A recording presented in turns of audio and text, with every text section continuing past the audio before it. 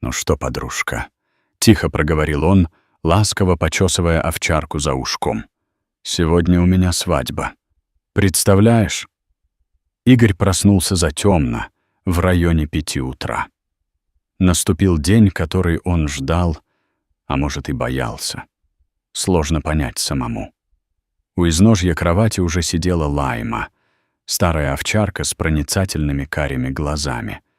Они были вместе почти 10 лет, еще со времен, когда жила Оксана.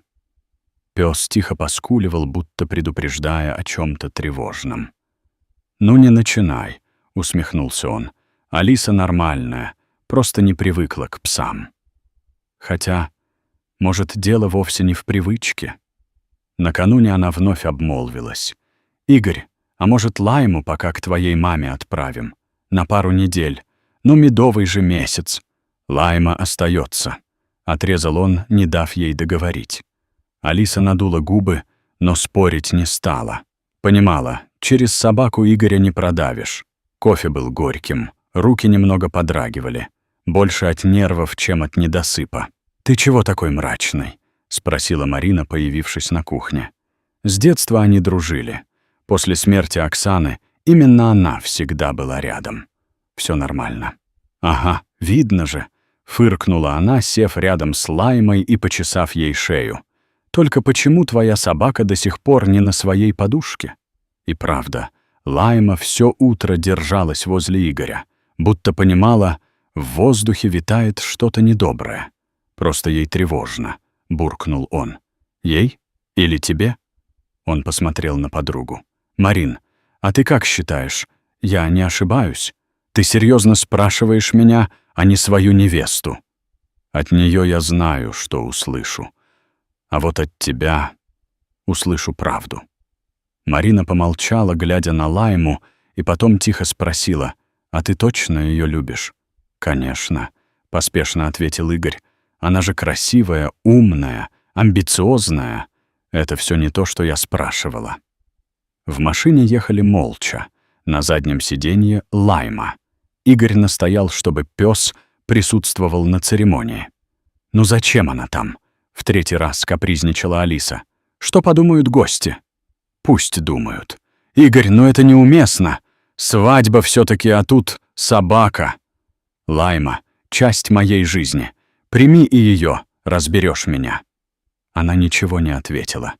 Но в зеркале заднего вида отражалось недовольное лицо. «Претерпится», — мелькнула мысль. А потом стало жутко. Неужели это и есть будущее? Во дворе ЗАГСа их уже ждали около 30 гостей. Родные, друзья, коллеги. Все нарядные, с улыбками. «Какая миленькая собачка!» — воскликнула мама Алисы. «А что она тут делает?» «Это семейный обычай», — не моргнув, соврала Марина. Игорь бросил ей благодарный взгляд. Праздник шел полным ходом. Смех, музыка, шампанское. Игорь с Алисой сидели за центральным столом. Лайма у его ног. Тихо, спокойно. «Слушай, может, ее отвезти куда-нибудь?» — шептала Алиса сквозь улыбку. «Мне платье мешает расправить». Она не мешает. Лежит себе спокойно. «А запах? Он же пес». Он сдержался, не ответив, что от собаки и должен быть запах собаки. Сегодня не время для ссор. Лайма лишь изредка поднимала голову, наблюдая то за Игорем, то за Алисой, то за гостями. «За молодых!» — тостовал отец Алисы. Все чокнулись. Игорь пригубил бокал, посмотрел на жену и почувствовал глухую пустоту. Где же счастье? Эйфория? Только внутреннее напряжение и усталость. К 3-му тосту Алиса заметно развеселилась. Щеки залились румянцем, движения стали порывистыми. «Мой Игорёк», — напевно начала она, — «вы бы знали, как он за мной ухаживал. Полгода цветы, подарки». Лайма насторожилась. «А я все отнекивалась, ломалась, а он не сдавался». «Упрямый у нас сын», — улыбнулась мама Игоря. «Конечно, он же обещал. Купим дом, машину, начнем новую жизнь». Игорь нахмурился. «Обещал? А эту собачку, наконец, к ветеринару. Может, и усыпем. Все равно старая». Зал затих. Лайма встала, напряглась. Игорь тоже встал. Его голос прозвучал резко. «Усыпем?» Алиса замерла с бокалом в руке. Гости переглянулись. «Алиса, что ты говоришь?» «Да брось!» — отмахнулась она. «Все и так понимают. Собака ведь старая, больная». «Лайма здорова», — жестко отрезал Игорь. «Здорова?» — Алиса усмехнулась. «Еле ноги таскает. И воняет на весь дом. Места от нее ни пройти, ни проехать». Разговор уже давно вышел за пределы их стола, гости начали коситься, кто-то уже откровенно слушал. Мать Алисы сжала губы, мать Игоря беспокойно поправила кольцо. «Прекрати», — тихо, но твердо сказал Игорь. «Что прекратить? Я правду говорю». Алиса осушила бокал, с грохотом поставив его на стол. От нее шерсть. Воняет, мешается. Лайма встала и села, но никуда не отходила, не отводя взгляда от Алисы. Спокойно, напряженно. «Ты сам обещал разобраться после свадьбы». Алиса все не унималась. «Никогда такого не говорил. Было.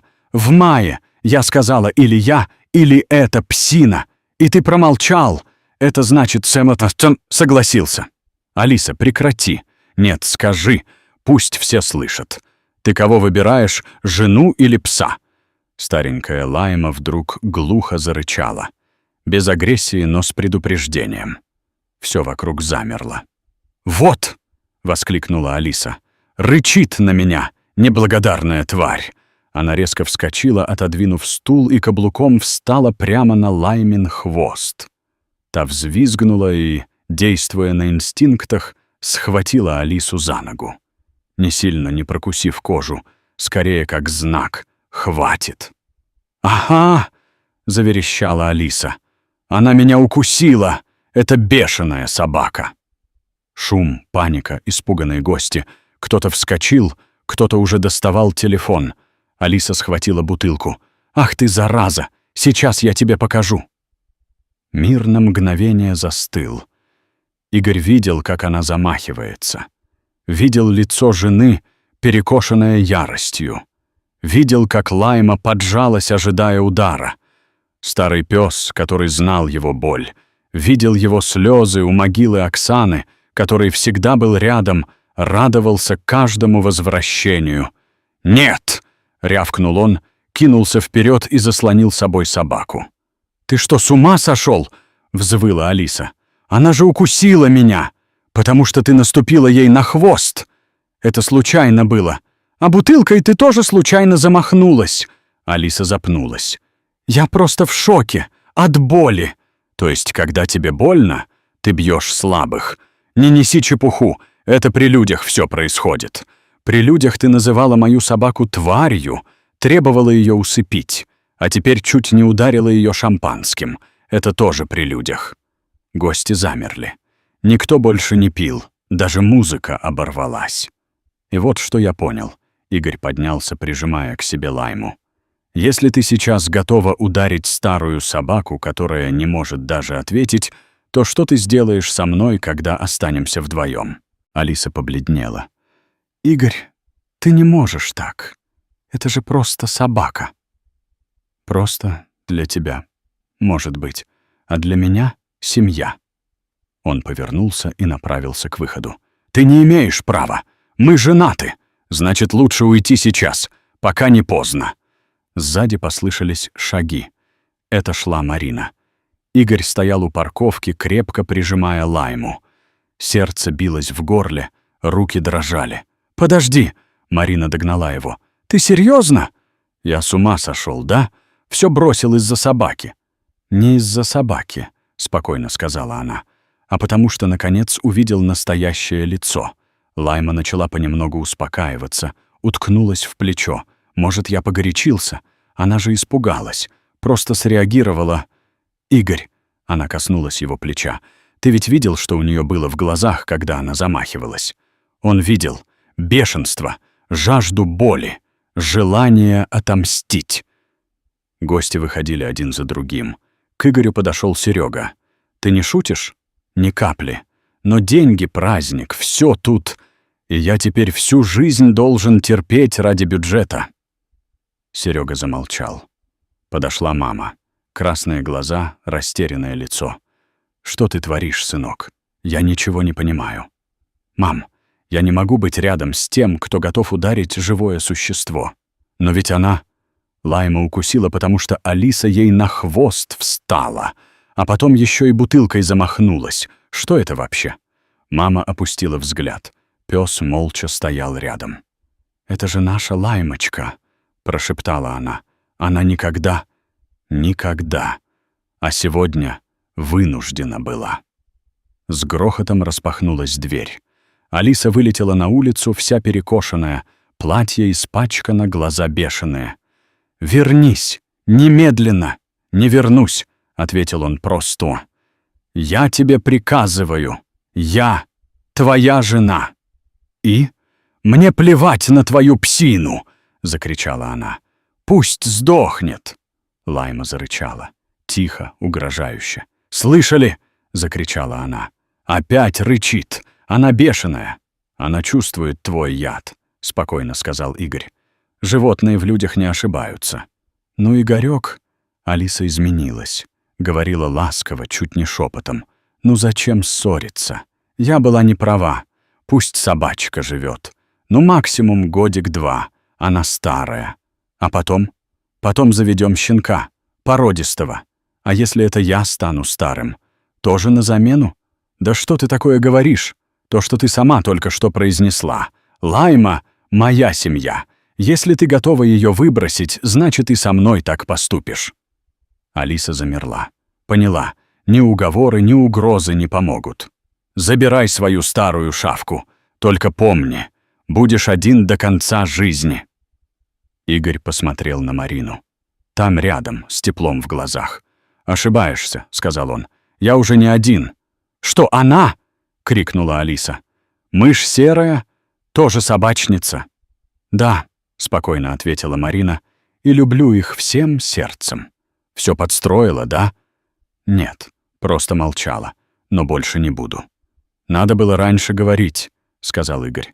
«Надо было». Лайма сидела у ног Игоря. Он опустился рядом, обнял ее.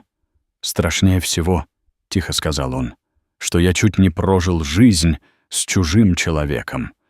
Хорошо, что увидел правду до того, как стало поздно». «Игорь?»